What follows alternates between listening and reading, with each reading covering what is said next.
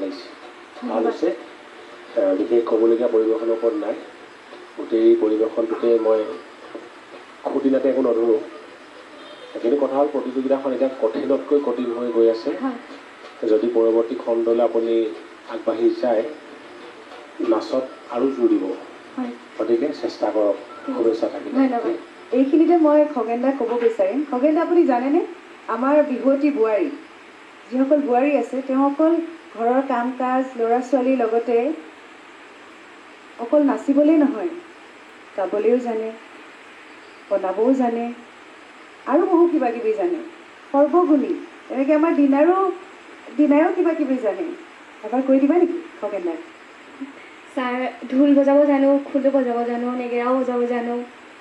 সত্ৰীয়াও মই বিশাৰদ ভাল কথা ছাৰ ৰাস ভাওনাত অভিনয়ো কৰোঁ হয় দেই হয় ঠিকে আছে এতিয়া আজিতো আৰু আমি সেইখিনি চাবলৈ সময় নহ'ব এবাৰ জানি ভাল লাগিলে ঢোলৰ চাপৰ এটা শুনিব পাৰি তিৱা ডেকা এজনৰ ঢোলটো দি দিয়াচোন মই মোৰ গুৰু প্ৰয়াত চন্দ্ৰ বৰুৱা ওজাৰ শ্ৰীচৰণত প্ৰণিপাত জনাই মই ঢোলৰ গুৰুঘাটেৰে অকণমান ঢোলৰ জাহ পৰিৱেশন কৰিম